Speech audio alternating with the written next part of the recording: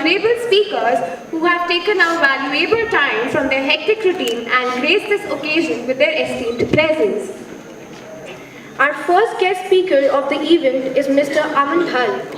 A Khalsa alumni, he carries more than a decade of professional experience working in the financial media, sports and development sector, out of which nearly 3 years of experience have been as an entrepreneur. He is currently the leader of PR and communications domain for India's leading online insurance comparison website, PolicyBazaar.com. Our second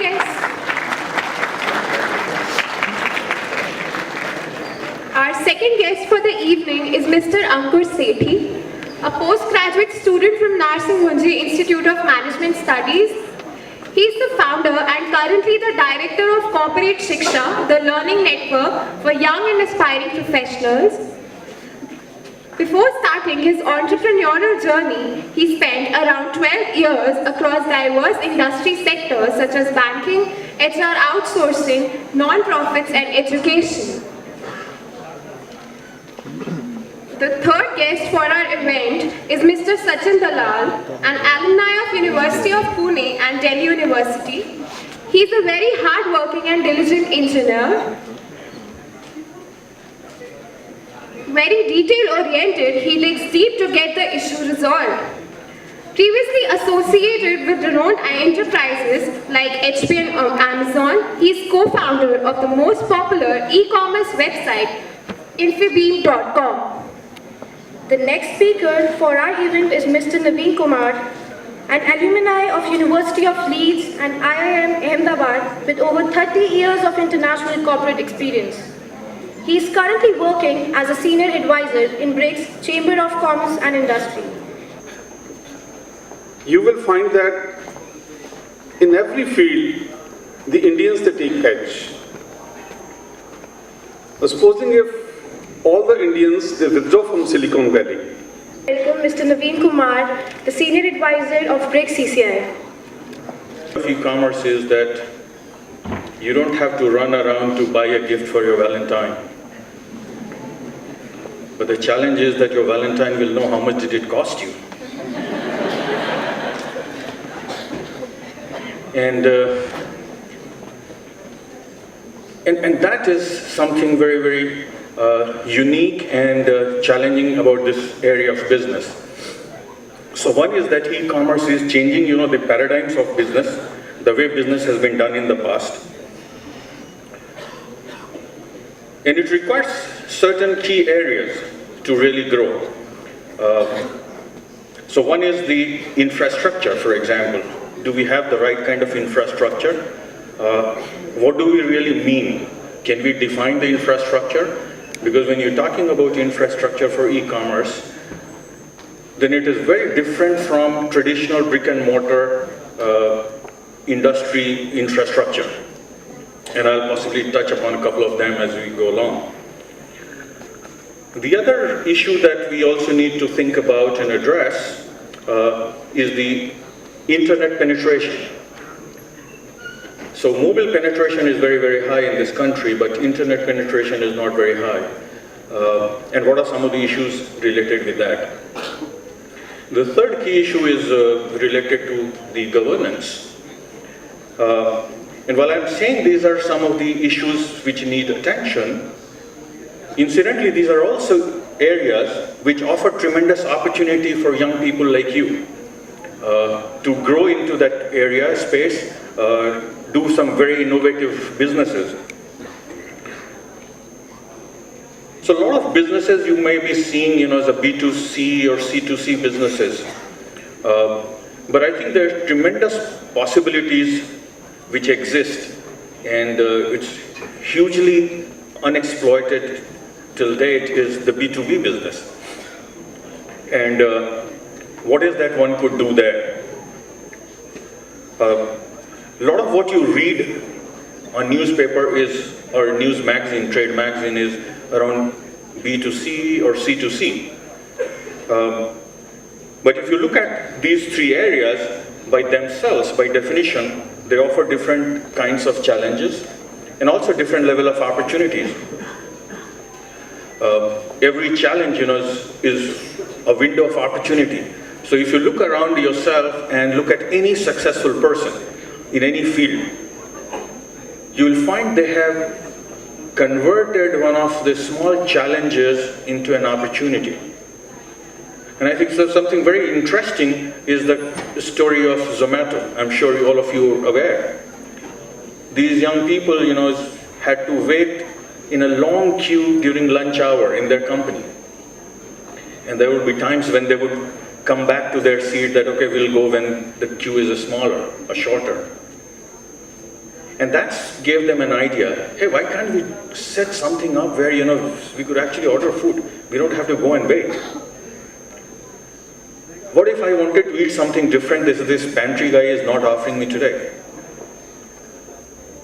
And those are several such examples, So every single challenge that you see today, you could convert it into a business opportunity.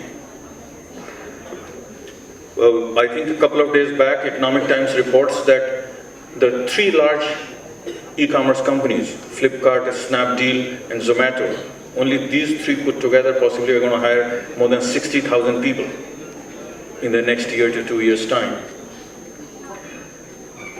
The other opportunity is that e-commerce is changing the complete business paradigm. So, I'm sure as a student of commerce and management, you've talked about market. Now, how do you define a market? Where is your market? Now, typically, the market used to be defined as an urban versus rural.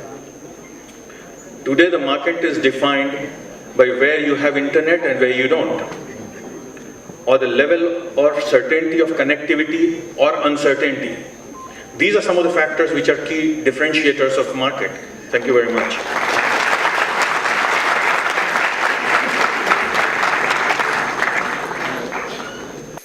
We now welcome Mr. Aman Dhall, Senior Manager PR and Corporate Communications of PolicyBazaar.com.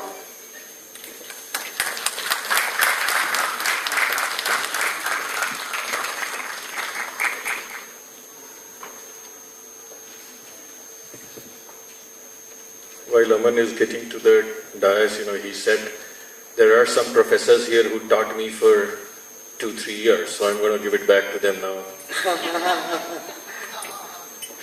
Actually, I was in fact bullied yesterday that I have to speak at least for 20 minutes. So this instruction came from my teacher that you have to make sure you speak at least for 20 minutes. Is this the reason you guys are very quiet? You've been bullied to sit here?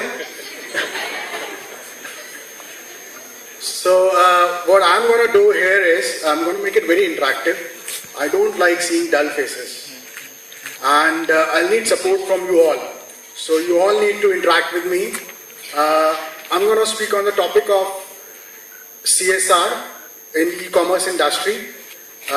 First of all, may I ask, your definition of CSR? Can I get some people to give me definition of CSR? Can you give the mic around?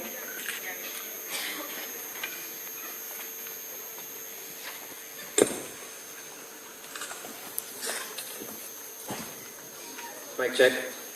Corporate social responsibility is basically when corporates have to work for society, because corporate uses the resources from the society, so they have to fulfill the needs of the society. Wonderful.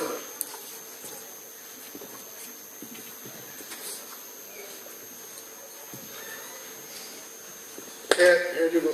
That side.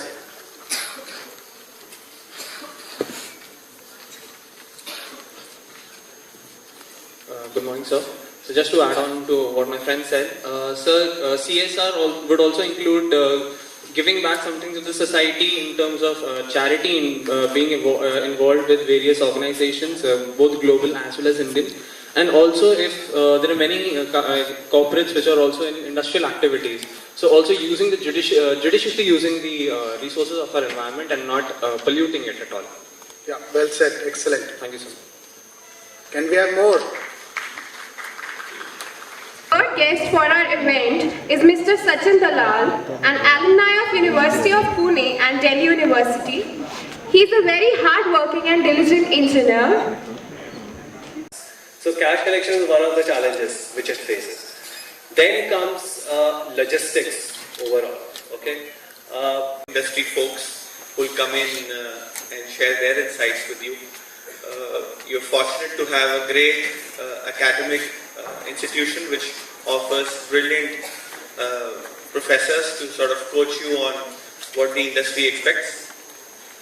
So, that's how we start every day, right? Let's be grateful for what we have today and then move on. Then we are able to add better value in whatever we do. So when BRICS reached out to me, Megha and team, can you come in and talk to them about something in e-commerce? I said, fantastic. Not because I wanted to talk about e-commerce, but I wanted to be with you and get the positive energy which surrounds all this young audience. Not that I am not young. But the positivity around all of you is very contagious, so I wanted to be back and interact with you. So I would rather have this more interactive. I have about 5-10 minutes to speak. Just my 2 cents around e-commerce and some views around it. If you have questions, you can stop me in between and I'll be happy to give it a try. I've already been introduced. Just want to quickly also talk about corporate shiksha. We started just about a year and a half back, and like Naveen mentioned, there is great scope for social development area to be entrepreneurial. And just about, I think, a couple of weeks back, there was a national conference organized by XLR Jamshedpur, and this was probably the 7th or the 8th annual convention on social entrepreneurship. So a lot of people are looking at how do we solve the basic social problems by way of creating enterprises. Can we marry the two and make economic sense out of the development issues as well? So all of what we will say can also be very easily be adapted to social development areas. Corporate Shiksha is one such example. I don't like talking about my company in guest lectures, but here it is a little relevant. So I would just want to share that the model that we work in is we create competency development programs for 2 functions, which is